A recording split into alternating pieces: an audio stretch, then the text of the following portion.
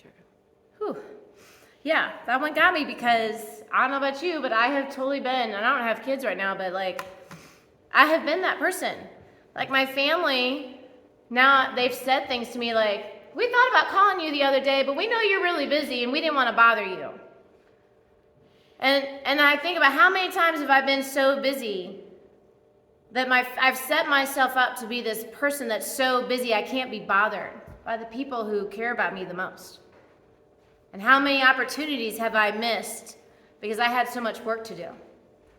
And I don't even have kids, but like I've missed opportunities with my family. I've missed opportunities with my friends. Like just last spring, I was coming home from school and some of my neighbors were out on the porch. And I was like, oh man, I'd really like to hang out with them, but I've got this thing to do. Oh, I'll just go do that thing real quick. An hour later, I come out and they're gone. And I had missed the opportunity. And there's so many times that I want to sit on the porch and just chit chat with my neighbors, or just sit and hang out, but I've got so much to do that I don't make time. And then I wonder why I don't feel like I have a lot of close relationships in my life. I wonder why I feel alone so often. Well, I've created that myself.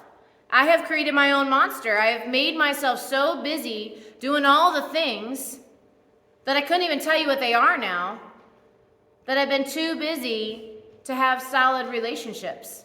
And then I find myself feeling really isolated and alone because I have lived this song. Oh, I'd love to hang out with you. That would be great, but I'm just so busy. I'd love to talk to you, but I got this thing to do.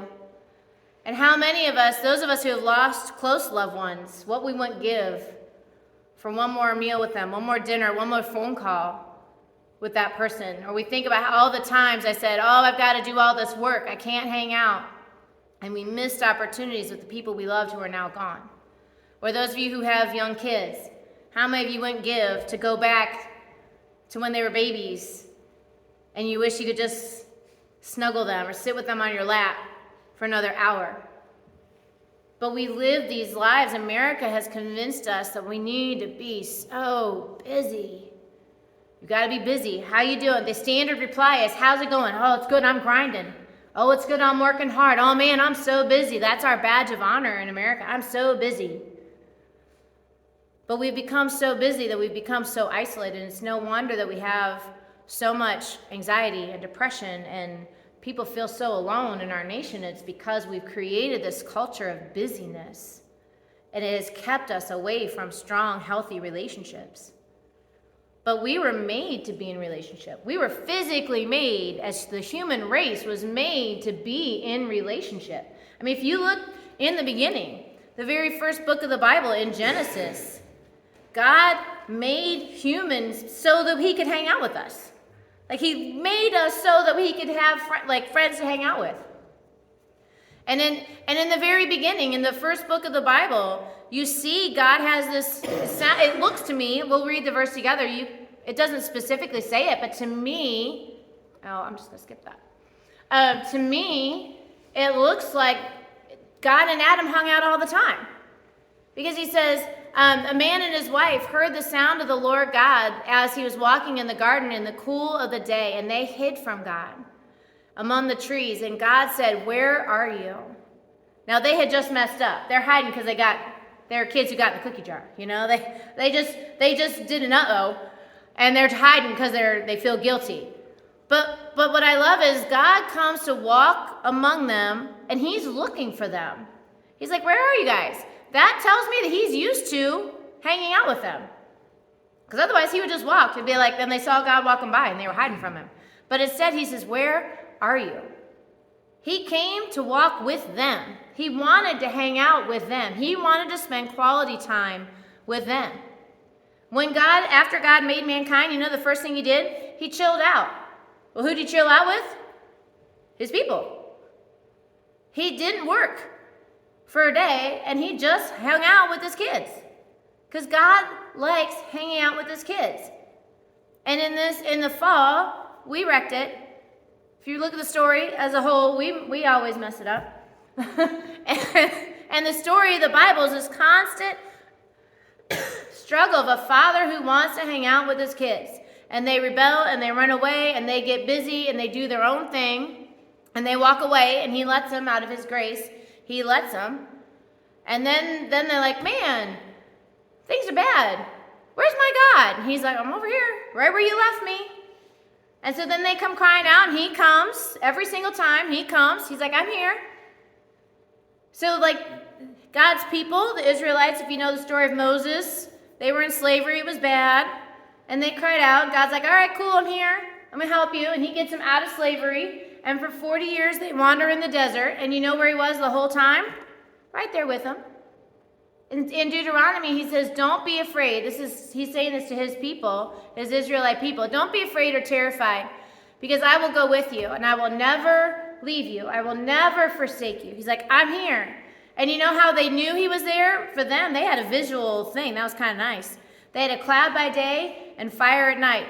He was right there with them. He had them build a tent, and he came and physically was in the tent, and they built their camp around that tent. He sat in the midst of them. He's like, I want to be where you are. I want to spend time with you. All the time. He's like, I want to spend time with you. And then Jesus comes on the scene, and Jesus shows us that this is how God works. Look at Jesus' ministry. Who was Jesus always with? His dudes. Whatever, it's like Jesus and his guys were discipling. Jesus and his guys were teaching. Jesus and his guys were baptizing. Jesus and his guys went to the wedding. Jesus and his guys went to the temple.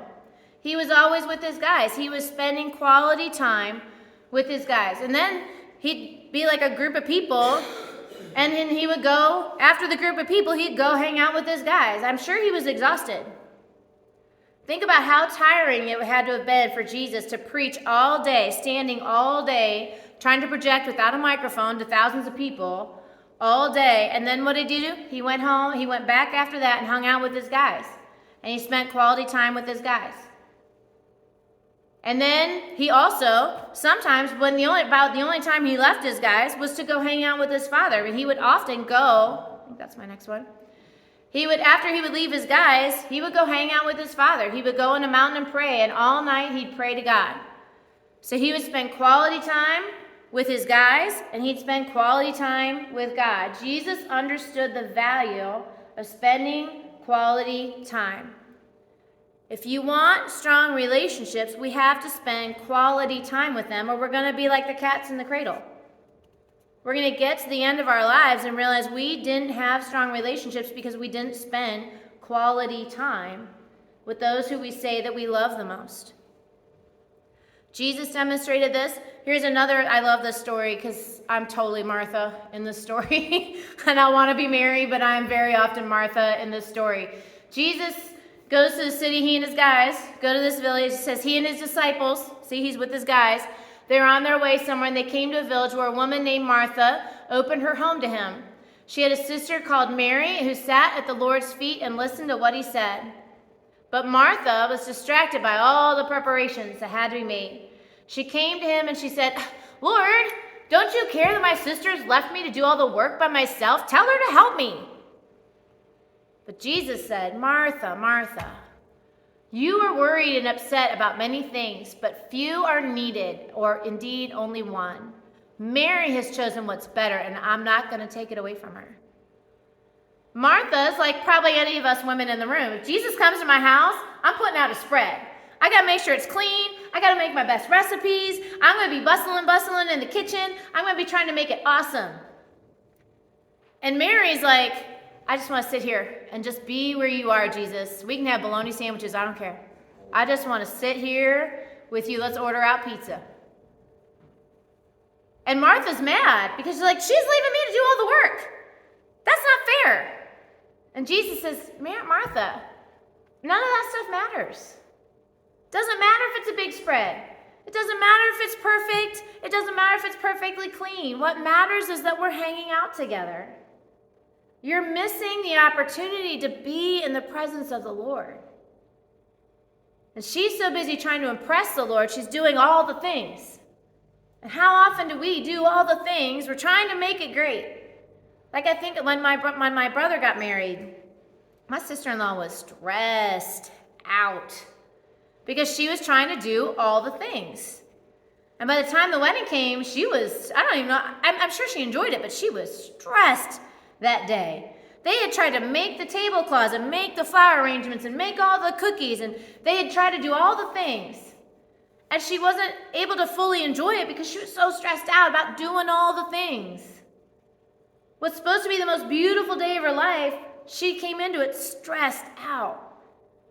How many, those of you who have kids, Christmases and birthdays, you're so busy trying to do all the things to make it this big, grand thing.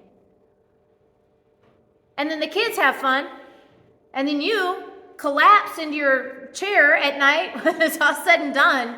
And did you really get to spend time with your kids? Or we're so busy trying to make a holiday celebration so awesome, we're doing all this stuff, and then we don't actually get time to spend with our family that much because we're so busy doing all the things. Or even on a Thursday night, we're trying to get everything cooked and clean and all the stuff done and run to all the places, and then we miss the opportunity to hang out with our family. I don't want any of us to live that cats in the cradle life and get to the end and realize, one, that we haven't gotten to spend time with our loved ones, and two, that we've created little busybodies like I confess, my name is Stephanie and I'm a busybody. Like I am preaching to the choir here. I am definitely the person who tries to do all the things and misses out on opportunities to be with my loved ones. But I don't want to get to the end of my life and realize I've not lived my life with my friends and family because I've been so busy trying to accomplish what? I'm not building any kind of empire. It's not like I'm going to leave this big legacy whatever to my family. I've just been busy doing stuff. We've got to be more like Mary, who are willing to spend the time and let all the things just be on their side. If you've got relationships that are strained, that aren't as close, I mean, think about the end of your life. I can show this quote now. How do I go backwards? This woman, Bonnie Ware, she worked for years and years in like hospice situations, and she just made an anecdotal list of things that people often said at the end of their lives. Here are the top 5 wishes they had at the end of their lives. I wish I'd lived a true part of myself instead of other people's expectations. I wish I hadn't worked so hard. I wish I'd had the courage to express my feelings. I wish I'd stayed in touch with my friends. And I wish I had let myself be happier. And then Cornell in 2018 did a study, and they were able to back up. She just kind of wrote a book about it anecdotally, but Cornell did a study, and they were able to back up that list as you know, scientifically. But I noticed that of the 5, I wish I hadn't worked so hard, and I wish I'd stayed in touch with my friends. I wish I'd let myself be happier. We get so busy, we get so in the weeds of life that we're not happy. We're not being with our friends and family. That's where our joy comes from, not from washing dishes, doing laundry, checking email. Like, I don't know about you guys, I don't get joy from those things. I don't get joy from all the to-do lists that I have, but I do get joy from hanging out with my friends and family. And so I don't want us to be a people who get to the end of our lives and we realize that we've wasted that time. God says, Jesus said, even as he was leaving, I am always with you. Always. God is always with us. And that's what he wants. He wants us to be with each other. He wants us to be in relationship with each other, and he wants us to be in a relationship with him. And so if we want strong relationships, that's the first and foremost thing, is to spend quality time with them and to spend quality time with God, to put God in the middle of our relationships. And so then, how do we do that? Well, spending quality time with God, you've got to find a rhythm where you're spending quality time with God. How many of us say, oh, I wish I could pray more and spend more time with God, and then we get on our phone and we YouTube and Facebook and check email and whatever, and now it's time to go to bed, and oh, I didn't have time to pray. Or we get up and we immediately like, oh, I got to throw in some laundry, I got to do some dishes, I got to do this and this and this, and we busy ourselves to death, and then we don't spend any time with the Lord. And now with them, we're like the Israelites. Where are you, God? He's like, I'm way over here where you left me. You're the one that walked away from me. You're the one that doesn't ever come hang out with me. We've got to create a pattern like Jesus did of regularly spending time with the Lord. That's number one. And number two, we got to find those important relationships in your life. Find ways to spend quality time with them. And I'm not talking just be in the room with them, watching TV. I mean, that is time, but like, I get so frustrated. I go to a restaurant, I see a family there, and they're all on their phones, and they're not talking to each other. I'm like, you're not spending quality time with them. Your kids know that if you're like this, you are not available. Your friends and family know that if you're like this, you are not available. You're not physically present. So are you being really, truly present with your friends and family, your coworkers, whoever it is you're trying to strengthen a relationship with? Because if you're there but you're not, if you're there but you're on your computer, if you're there but you're on your phone, if you're there but you're watching TV, that's not really quality time. Couples, those of you who are married or dating in the house, when's the last time you had a date, just the two of you? And if you can't answer that like this, it's been too long. You guys got a pass. You just went on a date last week, didn't you? They did. For her birthday, right? Yeah. I had someone once gave me really great advice. They said couples need to go on a date night once a month without kids.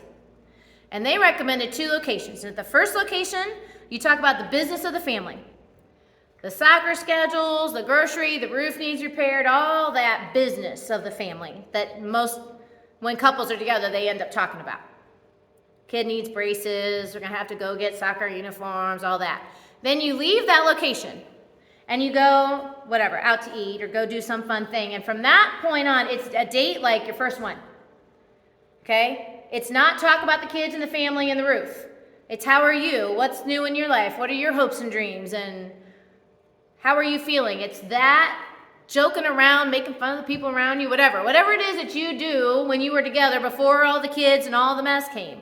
Think of those first few dates when it was fun, you know? That's what that second location should be like. You're not on your phones, we're not checking email, we are just being together. Friends, how many of you, your close friends, are you spending quality time with them? Going out to eat, going to get drinks, whatever, going for a walk, doing the thing that you guys do together that make you friends. Families, you guys should have family night, whatever, however often, once a month, once a week, where you're just playing video games, coloring, crafting, going bowling, whatever, doing something fun that's not on our phones. Families should be having dinner together. Harvard has done lots and lots of studies on families that eat together, which is only 30%. Only 30% of families in America actually eat together as a family. But they find that families who eat together, their kids have higher self-esteem, less anxiety, they're less likely to be bullied. Everyone in the family, when you eat together, tends to have better body composition. They're healthier, physically healthier. Your kids are learning communication skills. We need to be spending quality time together, not just time together, quality focused time together. If you want a relationship to be stronger, it starts with spending quality focused time together. And so my challenge to you this week is to analyze the relationships that are important to you. Roxanne will tell you, you make a short list of the people who are really important to you, because if you make the list too long, it's impossible. You can't spend quality time and foster quality relationships with 50 people. Unless you don't have a job and you're independently wealthy, we just can't. Make a short list of the relationships that are really important to you and find ways to establish some quality time with them. Couples, monthly date night. My parents, when I was a kid, I remember about twice a year, they would ditch us, leave us with the grandparents, and they just to Cleveland. You know, they didn't go far away, but they would go on a little mini vacation without us. And that kept them strong, you know? So evaluate the relationships in your life. Make a list if you need to. And really think about, have I been spending quality time with them? Put it in the calendar so you can't, because if you say, oh, we'll get together Friday, but you don't put it in the calendar, someone's going to come along and say, hey, Friday, can you blah, blah, blah? And you're like, well, my calendar's free. It is okay to say, no, my calendar's not free. I have a date with my friend. I have a date with my husband. I have a date with my family. I am busy. I can't do that thing. That's okay. In fact, you should. Protect that time with your friends and family. And all of God's people said, amen. If you have not said yes to Jesus, and you want to be in a relationship with him, if you want to be in a relationship with God, you can come on down during this song.